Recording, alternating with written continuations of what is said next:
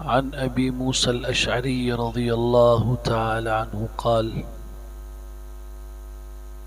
قال رسول الله صلى الله عليه وسلم اشفعوا توجروا۔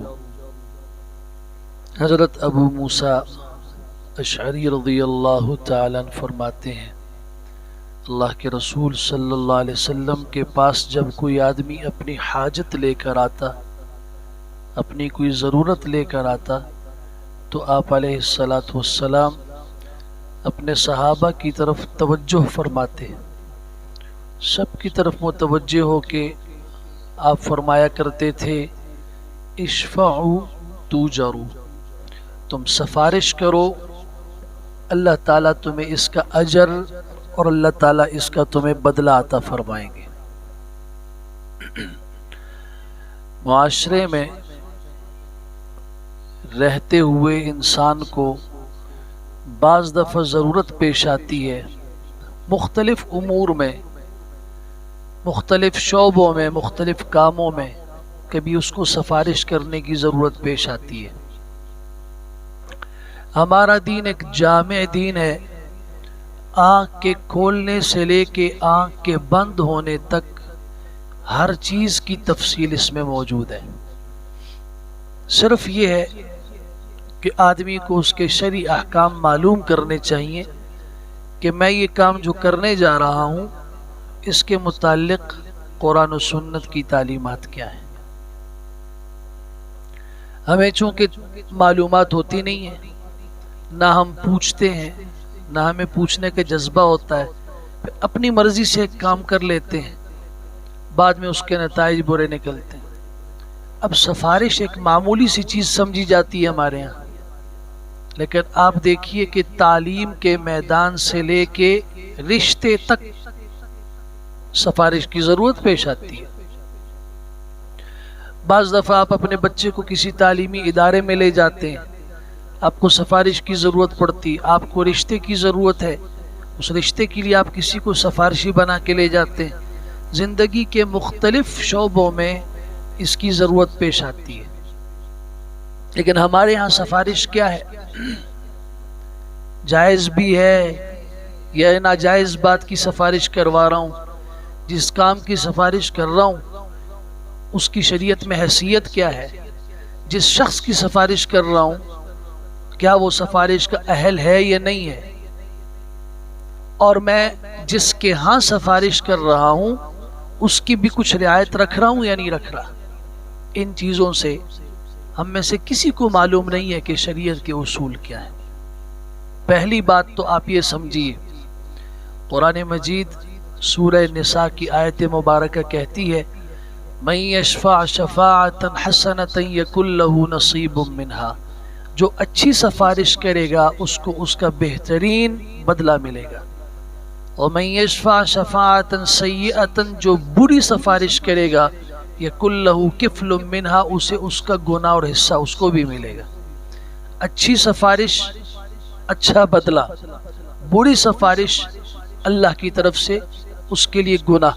ایک بات یہ ہے۔ پھر آپ علیہ السلام نے فرمایا سفارش کیا کرو، اس کا تمہیں اللہ اجر دیں گے۔ لیکن سفارش کے اصول کیا ہیں؟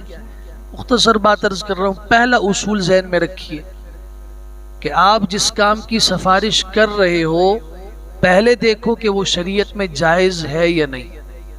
یہ پہلا سٹیپ، یہ کام جائز ہے یا نہیں ہے۔ ہمارے ہاں بہت سارے معاملات میں ایسا ہوتا ہے، کبھی کبھار ضرورت پڑتی ہے جرگے کی، ہمارے دستور کا، ہماری تہذیب کا ایک حصہ ہے کہ جی جرگہ بلا لو۔ اس جرگے میں جو لوگ موجود ہوتے ہیں کبھی کبھار ان کی حیثیت سفارشی کی ہوتی ہے، وہ کسی کی طرف سے سفارش لے کے گئے ہوتے ہیں، یہ ہم جرگہ لے کر آ گئے، وہی ہے نا، سفارش لے کر آ گئے۔ اب ان کو یہ پہلے نمبر پہ دیکھنا چاہیے کہ ہم جس چیز کی سفارش کر رہے ہیں شریعت میں وہ جائز بھی ہے یا نہیں۔ ہم کسی کے اوپر زبردستی اور کوئی فورس کر کے یا اپنی بڑی جماعت اور اپنی سفید پوشی کا بھرم اور اس کا روب ان پہ ڈال کے ان سے کوئی کام کروا دیں گے، یہ سفارش نہیں ہے۔ اور یہ قیامت تک اس کی بنیاد پہ جو فیصلہ ہوگا، اس کا گناہ اگر وہ نسل در نسل چلتا رہا تو اس کا گناہ اس جرگے میں موجود ہر فرد کو ملے گا۔ تو پہلا اصول کیا ہے؟ یہ دیکھیے کہ سفارش جس کام کی کر رہا ہوں جائز ہے یا نہیں ہے۔ مثال دیکھیے، صحیح بخاری اور مسلم شریف میں واقعہ موجود ہے۔ بنو مخزوم کی ایک عورت نے جس کا نام فاطمہ تھا، یہ عورت لوگوں کے مال مختلف ہیلوں اور بہانوں سے لے لیا کرتی تھی۔ کبھی قرض لے لیا تو واپس دیتے وقت مکر جاتی تھی کہ میرے پاس نہیں ہے، نہیں دیتی، اور میں نے دے دیا ہے۔ اور چھوٹی موٹی چوری بھی کرتی تھی۔ ایک موقع پر اس نے چوری کی اور وہ چوری پکڑی گئی اور ثابت بھی ہو گئی گواہوں کے ہاں، اور چوری اتنی تھی جس پر شریعت میں سزا اور حد لگتی ہے۔ اچھا، آپ کو یہ بھی عرض کر دوں، جس خاندان سے اس کا تعلق تھا وہ ہے بنو مخزوم۔ اسی خاندان سے ابو جہل کا تعلق بھی ہے۔ قریش کی ایک بڑی شاخ ہے، بڑا اس کا ایک سلسلہ نسب میں ایک کڑی ہے۔ اب جب دیکھا کہ چوری ثابت ہو گئی اور شریعت کا حکم ہے اس کا ہاتھ کٹے گا، تو یہ سارے پریشان ہو گئے کہ اب اگر ہمارے قبیلے کی عورت کا ہاتھ کٹتا ہے تو ہماری قبیلے کی ناک کٹ جاتی ہے۔ سفارش ڈھونڈو اب کسی طرح تاکہ یہ ہاتھ نہ کٹے، ورنہ قیامت تک یہ ذلت ہمارا مقدر بنے گی۔ سفارش کس سے کروائی جائے؟ انہوں نے رسول اکرم صلی اللہ علیہ وسلم کے منہ بولے بیٹے حضرت زید بن حارثہ رضی اللہ عنہ کے بیٹے حضرت اسامہ کا انتخاب کیا۔ یہ حضور صلی اللہ علیہ وسلم کے ہاں بڑے لاڈلے تھے۔ حضرت حسن اور حضرت حسین رضی اللہ تعالیٰ عنہما کی طرح یہ بھی حضور صلی اللہ علیہ وسلم کی آغوش میں پلے تھے، آپ علیہ السلام کے کندھوں پہ سوار ہوا کرتے تھے اور آپ کے ہاں بڑے محبوب اور لاڈلے تھے۔ انہوں نے سفارش کے لیے ان کو انتخاب کر کے بھیجا کہ آپ جا کے حضور صلی اللہ علیہ وسلم سے کہہ دو کہ ان کو سزا نہ دیں، ہاتھ نہ کاٹیں۔ حضرت اسامہ آ گئے، چھوٹے تھے، بچے تھے۔ انہوں نے جب سفارش کی تو آپ علیہ السلام کا چہرہ مبارک غصے سے سرخ ہو گیا۔ آپ نے فرمایا اتشفع فی حد من حدود اللہ، تم اللہ کی حدوں میں سے ایک حد میں سفارش کر رہے ہو؟ یعنی تمہیں دیکھنا چاہیے کہ تم کس کام کی سفارش کر رہے ہو۔ تم اچھے اور جائز کام کی کر رہے ہو یا ایک مجرم کی پشت پناہی کر رہے ہو؟ تم آپ ناراض ہوئے سخت، اور پھر آپ نے ایک ہمیشہ کے لیے قیامت تک کے لیے سفارش کا ایک اصول بیان کر دیا۔ آپ نے فرمایا تم سے پہلی امتوں کے لوگ اسی وجہ سے ہلاک ہوئے، ان میں کمزور آدمی اگر جرم کرتا اس کو سزا دی جاتی، اور اگر کوئی صاحب حیثیت اور طاقتور آدمی جرم کرتا تو اسے سزا نہیں دی جاتی تھی، اسی وجہ سے اللہ نے انہیں ہلاک کیا۔ پھر آپ نے فرمایا کہ مجھے اللہ کی قسم ہے یہ تو بنو مخزوم کی فاطمہ ہے، لو کانت فاطمۃ بنت محمد سرقت لقطعت یدہا، اگر میری بیٹی فاطمہ، میری لخت جگر فاطمہ بنت محمد چوری کرتی میں اس کا بھی ہاتھ کاٹ دیتا۔ آپ کو سمجھ آئی؟ پہلا اصول سفارش کے بارے میں کیا ہے کہ جس کام کی سفارش کر رہے وہ جائز ہو، وہ ناجائز نہ ہو۔ دوسرا اصول یہ ذہن میں رکھیے، جس کام کی آپ سفارش کرنے جا رہے ہیں اس میں یہ بات دیکھیے کہ سفارش اللہ کی ایک امانت ہے، اور امانت حقدار کو پہنچنی چاہیے یا نہیں؟ ان اللہ یأمرکم ان تؤدوا الامانات الی اہلہا، اللہ تعالیٰ تمہیں حکم کرتے ہیں کہ تم امانت ان کے حقداروں کو پہنچاؤ۔ تو جو اس سفارش کا حق ہے، حقدار ہے، اس آدمی تک یہ سفارش پہنچاؤ، جو حقدار نہیں ہے اس کے متعلق سفارش نہ کرو۔ آپ علیہ السلام سے پوچھا گیا قیامت کب قائم ہوگی، اس کی کوئی علامت بیان کر دیں۔ آپ علیہ السلام نے جو علامتیں بیان کی ہیں ان میں سے ایک علامت تھی اذا ضیعت الامانہ، قیامت تب قائم ہوگی جب امانت ضائع کر دی جائے گی۔ آپ سے پوچھا گیا وما اضاعها یا رسول اللہ، اللہ کے پیغمبر صلی اللہ علیہ وسلم امانت کے ضائع کرنے کا کیا مطلب ہے؟ آپ نے فرمایا اذا اسند الامر الى غیر اہلہ فانتظر الساعہ، جب معاملہ ایک نااہل کے سپرد کر دیا جائے تو پھر قیامت کا انتظار کرو۔ قیامت کا مطلب یعنی اس کی تباہی اور بربادی کا انتظار کرو۔ ایک آدمی کسی چیز کا اہل نہیں ہے، آپ نے وہ منصب اس کے سپرد کر دیا تو وہ جتنے غلط فیصلے کرے گا اس میں برابر کا حصہ آپ کا بھی ہے۔ کیوں؟ آپ نے غلط کیوں سفارش کی، نااہل کو کیوں سپرد کیا؟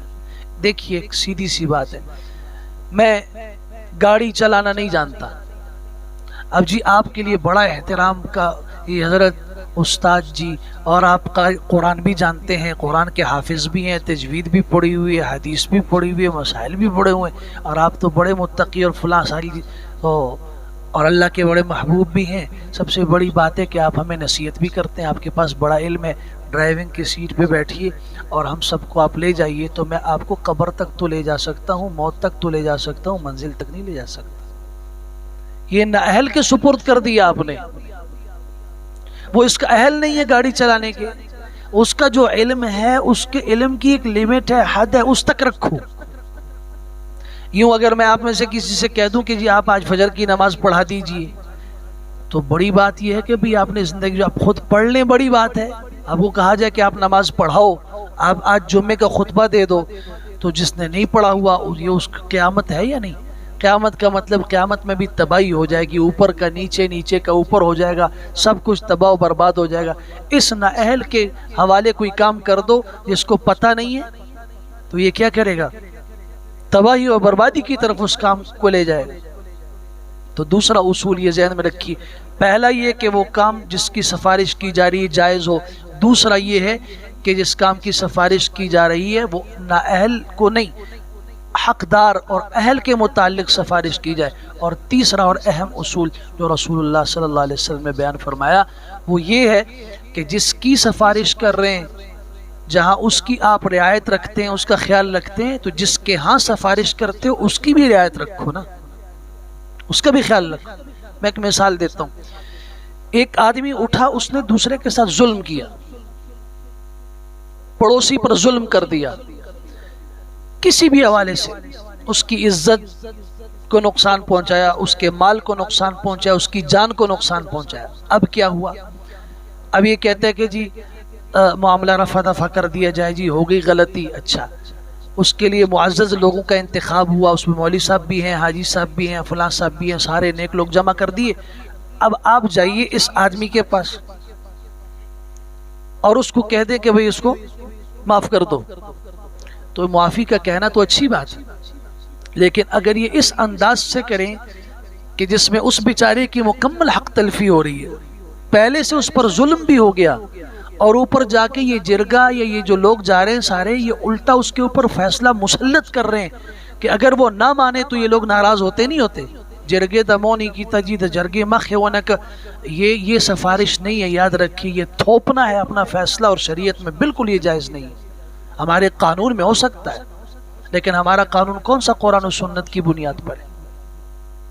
ہمارے ایک ساتھی کے معاملے میں مجھ سے کہنے لگے، حضرت میں ایک جرگے کا حصہ ہوں اور اس میں جا رہا ہوں، تو آپ کیا کہتے ہیں کہ اس میں مجھے کیا کرنا چاہیے؟ میں نے پوچھا آپ بتاؤ آپ کس کام کے لیے جا رہے ہو؟ پہلے تو آپ جا رہے ہو نا، ابھی مجھ سے پوچھ رہے ہو آپ کس لیے جا رہے ہو؟ انہوں نے جو صورتحال بتائی، میں نے کہا ٹوٹلی ناجائز اور حرام کام کے لیے جا رہے ہو، بالکل نہ۔ اور پھر میں نے جو وجہ بیان کی تو انہوں نے کہا جو ہو مجھے تو ذہن میں ہی نہیں تھا، یہ پہلے سے ایک آدمی کے ساتھ ظلم ہو چکا ہے، اوپر سے جا کے آپ اس کی طرف سے معافی بھی ایسے مانگتے ہو کہ مانگتے نہیں ہو ہمیں معاف کرو، نہیں کرو گے تو پھر ہم سب تم سے۔ وہ بیچارہ پہلے سے مصیبت میں پھنسا، ایک آدمی سے اس کی لڑائی تھی، ایک نے اس کو زیادتی کر کے اس کو مظلوم بنایا، اب پورے جرگے کے 20 آدمی گئے، ہماری بات اگر نہیں مانتے ہو جرگے کو موڑ واپس کرو گے تو پھر اب اس کے ساتھ نہیں، اب ہماری بے عزتی تم نے کی ہے، تو 20 آدمی 21 آدمی اس سے خفا ہو گئے بلا وجہ۔ مجھے بتاؤ یہ کہاں کا انصاف ہے؟ وہ تو مظلوم تھا، اس کے ساتھ تو کھڑے ہونے کی ضرورت تھی، اس کے تو آنسو پہنچنے چاہیے تھے۔ یہ طریقہ نہیں ہے، اصول ذہن میں رکھیے، دونوں جانبوں کی رعایت رکھیں. جس کی سفارش کر رہے ہو جہاں اس کو آپ حق دلانا چاہتے ہو تو جس کے ہاں سفارش کر رہے ہو اس بیچارے کی بھی صورتحال تو دیکھنی چاہیے نا. صحیح بخاری ہی میں واقعہ موجود ہے. اما عائشہ صدیقہ رضی اللہ تعالیٰ عنہ کی ایک باندی ہیں, حضرت بریرہ ان کا نام ہے. حضرت عائشہ رضی اللہ تعالیٰ نے ان کو آزاد کر دیا تھا.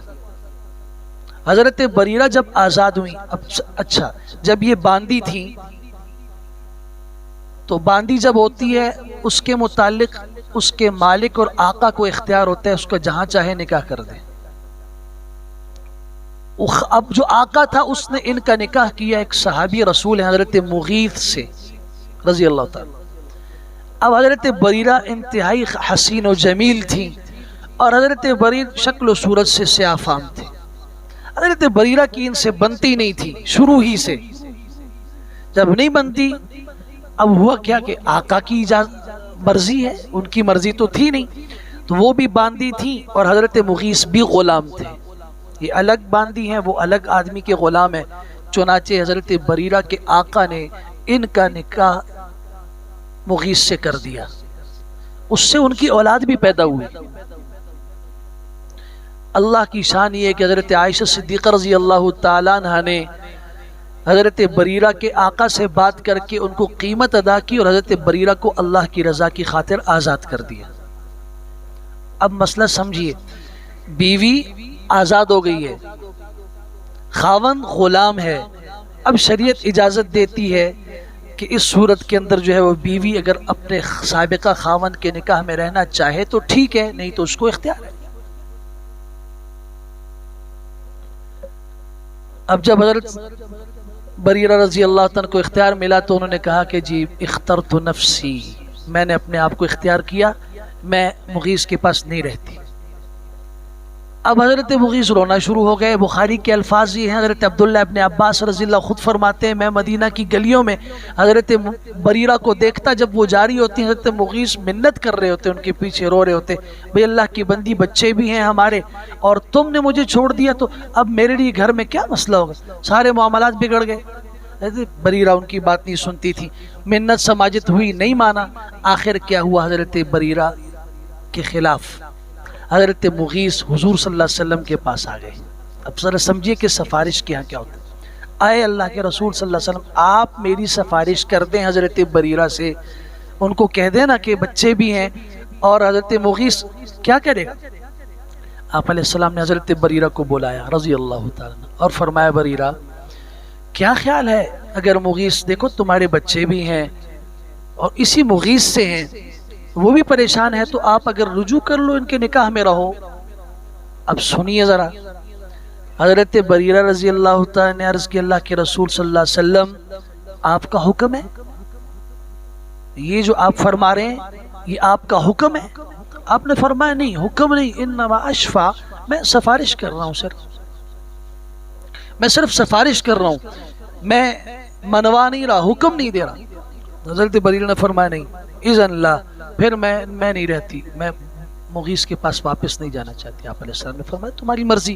اب یہ صحیح بخاری کے الفاظ ہیں, ورنہ آپ علیہ السلام کہتے اچھا تم تو فلاں کی باندھی تھی, عائشہ رضی اللہ تعالیٰ نے تمہیں خرید کے آزاد کر دیا, اب میں بات کر رہا ہوں اور تم آگے سے اس کو رد کر رہی ہو. نہیں, شریعت کا اصول یہ ہے دونوں جانب کی رعایت رکھیے. وہ رعایت کیوں؟ اللہ نے حق دیا تھا حضرت بریرہ کو, رہنا چاہتی ہے تو اچھی بات ہے, نہیں رہنا چاہتی تو اس کی مرضی ہے.